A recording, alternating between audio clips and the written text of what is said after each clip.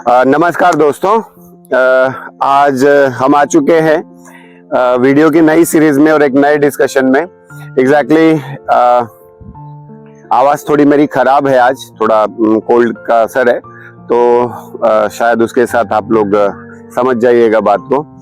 तो एक नई बात और नई थॉट को शेयर करने के लिए बैठा था। सुबह संडे का दिन है आज और करीब करीब 9 बज रहे हैं।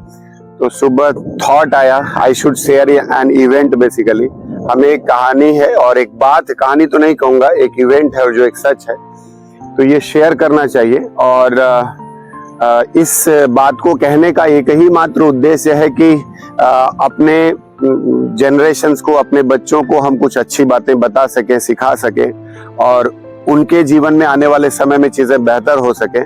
तो उसी के लिए ये बात कहना चाहता हूँ।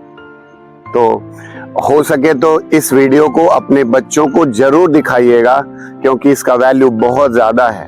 और कैसे हम छोटी छोटी चीजों का महत्व रख सकते हैं, ये इन बच्चों को देखने और समझने की जरूरत है। क्योंकि चीजें होना महत्वपूर्ण नहीं है, उनको, उनके वैल्यू को करना उससे ज्यादा महत्वपूर्ण होता है। तो सीधे हम लोग उस कहानी पर आते हैं। सो एक्चुअल में सन 2000 के आसपास का समय रहा होगा संभवतः। मैं पढ़ा रहा था और एक बार एक बच्चे से बात करता हूँ, तो वो आके कहता है कि सर मैं पढ़ना चाहता हूँ, मैं करना चाहता हूँ, मुझे आगे बढ़ना है, मुझे चीज़ों को बेहतर करना है। तो ये चीज़ आके एक बच्चा कहता है तो मैं चीज़ों को बड़ी ही सामान्य तरीके से लेता हूँ। हाँ बेटा ठीक है, पढ़ो, मेहनत करो, बहुत अच्छी सी बात है, आगे बढ़ो। तो ठीक है, तो मैंने कहा काम करो कुछ। उसने काम करना शुरू किया। उसके बाद एक समय उसने फोन नंबर लिया और मुझे कॉल किया एक समय के बाद। तो बोला सर मुझे कुछ होमवर्क दे दीजिए, कुछ काम दीजिए, मैं करना चाहता हूँ। तो I thought a general event कि प्राय स्टूडेंट्स नंबर लिया करते हैं और वो बात करते हैं, क्वेश्चंस करते हैं, डिस्कस करते हैं, सामान्य घटना थी। तो फिर मैंने उस चीज का अपडेट लेने के लिए एक बार रिवर्स कॉल किया कि भाई वो बेटा कर क्या रहा है, वो बच्चा कर क्या रहा है, उसने जो वर्क किया था या वो क्या कर रहा है। तो चूंकि एक इंटरेक्शन जनरेट हो गया था, तो मैंने भी एक रिवर्स कॉल बच्चे को किया। मैंने कहा बेटा आज कहाँ थे, आज क्लास में नहीं थे, कहाँ पहुंचे, क्योंकि उस दिन क्लास में वो एब्सेंट था। तो मैंने पूछा कहाँ हो आज तो उसने कहा सर मैं थोड़ा बाहर गया हुआ था। तो मैंने कहा 4 बजे बाहर, या इस समय बाहर जाने का क्या मतलब है? बोले सर वैसे ही काम था, बाहर गया हुआ था।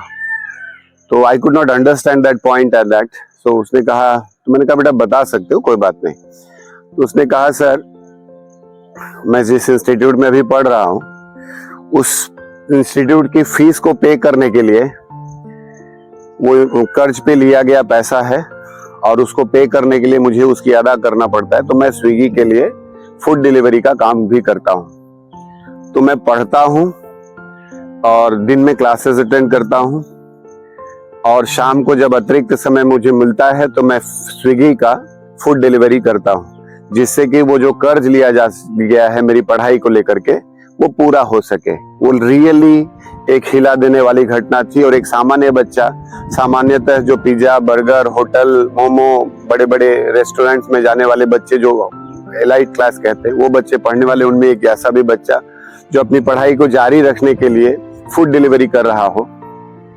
फिर ठीक है, बीत गई बात। मैंने कहा बेटा कोई बात नहीं, you are working hard and you should study. So I thought ठीक है, एक सिंपैथेटिकल पार्ट जरूर है, लेकिन मेरी सिंपैथी नहीं है। मेरी उसके साथ इतना पता है कि वो बहुत काबिल है और मुझे सहानुभूति की बात मैं नहीं कर रहा हूँ।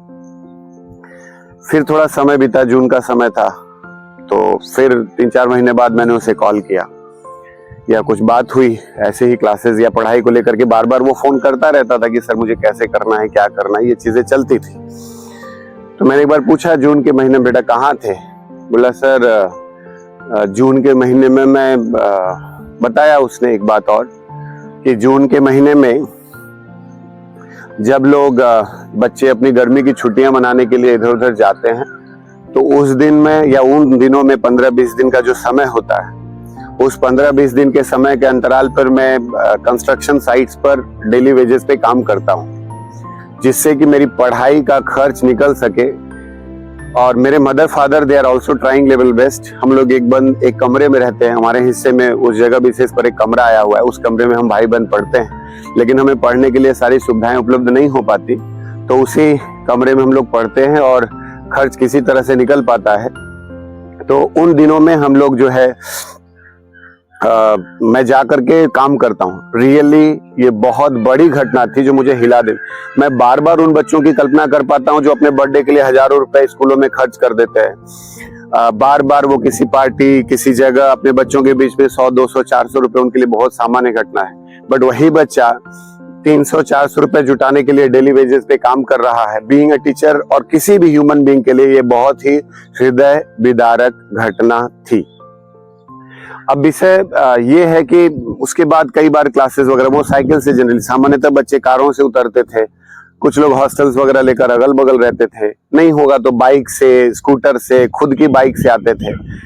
बट वो बच्चा उस समय भी साइकिल से आता था जब कोई प्रायः उस जगह पर साइकिल का इस्तेमाल बहुत रेयरेस्ट लोग करते, वो बच्चा साइकिल से आता था। कभी कभी क्लासेस की कंटिन्यूटी बढ़ जाती थी, ड्यूरेशन बढ़ जाता था, तो पूछ लेता था बेटा खाए कि नहीं, कुछ खाए? बोलता सर खाया नहीं हूँ। हमने कहा क्या हो गया? बोले सर सुबह चल दिया जल्दी, क्लास थी और मैं कुछ खाया नहीं हूँ 2-3 बजे तक। मैंने कहा कुछ तो मीन्स फिर उसको किसी तरह जो है ठीक है वो अपना अरेंज करके चीजों को व्यवस्थित कर लेते थे हम लोग।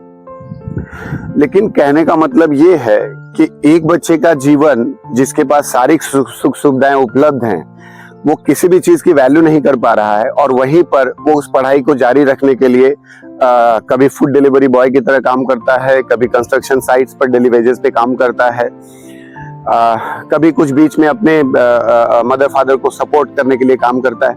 अपने जीवन में उससे केवल और केवल इस तरह के सिचुएशंस में सामान्यतः बच्चों को एकेडमिकली लड़ना पड़ता है, बस कुछ बच्चों को अपने जीवन को बचाने के लिए भी लड़ना पड़ता है। उनकी लड़ाई केवल शिक्षा को लेकर के नहीं है, उनकी लड़ाई स्वयं जीवन को लेकर के भी है। उन्हें जीना है और उन्हें इस कठिन परिस्थितियों में अपने आप को साबित करना है। सो ठीक है, समय और दबाव और शायद इन चीजों की वजह से समय के साथ उसे उस तरह का प्रिपरेशन नहीं मिल पाया, और मैं कह पाता हूँ कि उसने अगले ईयर माइक्रोबायोलॉजी में एडमिशन लिया और अभी वो माइक्रोबायोलॉजी से कहीं एमएससी या पोस्ट ग्रेजुएशन कर रहा है। इंपॉर्टेंट क्या है? इंपॉर्टेंट ये है कि जिसके जीवन की नींव इतनी मजबूत हो उसे जीवन की कोई आंधी हिला नहीं सकती। जीवन बहुत बड़ा है, डॉक्टर इंजीनियर बनना बहुत महत्वपूर्ण और शायद सक्सेसफुल होने का पैरामीटर ये हो ही नहीं सकता। अगर हम ये कह दें कि हम डॉक्टर या इंजीनियर बनकर सफल हो पा रहे हैं, तो मुझे लगता है बहुत सारे डॉक्टर और इंजीनियर से पूछ सकते हैं कि क्या वो सफल हैं या नहीं। पैरामीटर वो नहीं हो सकता। उसने जीवन में जो भी साबित किया और आगे वो जो साबित करेगा, ये मैं दावे के साथ कह सकता हूं कि जिसके जीवन की नींव इतनी मजबूत हो उसे जीवन की कोई आंधी उड़ा नहीं सकती। आने वाला समय बहुत बेहतरीन है, और हम जब इन चीजों को देखते हैं दूसरे अपने बच्चों को या दूसरे बच्चों को करते हुए, तो हमें इस बात की पीड़ा जरूर है कि शायद हमें इस बात को समझाने की आवश्यकता है। मैं ये नहीं कह रहा हूं कि हमारे जीवन हमारे बच्चे उस तरह की कठिन परिस्थिति में जिए या उस तरह का कारण बनकर जिए। कारण वो नहीं है, चीजों की वैल्यू करना हमें उन्हें सिखाना होगा कि देखो बेटा चीजें ऐसे कठिनाई से भी आती हैं, और बच्चे इसको पाने के लिए जितनी मेहनत कर सकते हैं उससे कहीं आसानी से तुम्हें उपलब्ध हो रहा है। तो हमें उन्हें वैल्यू करना सिखाना है, और किसी भी चीज की वैल्यू करना अगर वो जीवन में सीख जाते हैं तो मुझे लगता है कि आने वाला समय आसान हो जाता है। तो ये कहानी थी निश्चित रूप से एज ए टीचर मेरे लिए भी पेनफुल है, और कई बार चीजें ऐसी रही, मैंने अपने लेवल पे भी प्रयास किया, लेकिन हमें लगता है कि ठीक है कुछ चीजों को कुछ जगह पर वैसे भी छोड़ना चाहिए, क्योंकि कुछ चीजें अपने आप ग्रो करती हैं और वो असाधारण तौर पर ग्रो करती हैं। तो ये बहुत बेहतरीन है, और सामान्यतः मैं कभी कभी कह देता हूँ कि एक छात्र का जीवन एक योगी की तरह होना चाहिए, और जैसा योगी योग करता है अगर छात्र वैसा पढ़ना शुरू कर दे तो जीवन में बदलाव निश्चित है। तो बहुत बहुत धन्यवाद है आप सभी लोगों का। एक छोटे से सेशन में बात करना चाहता था, शेयर करना चाहता था, और ये है। तो जरूर इस वीडियो को अपने बच्चों को दिखाएं, उनको दिखाएं और समझाएं चीजों की वैल्यू करना। बहुत बहुत धन्यवाद है, बहुत शुक्रिया आप सभी लोगों का। फिर मिलूंगा किसी नेक्स्ट वीडियो में। धन्यवाद।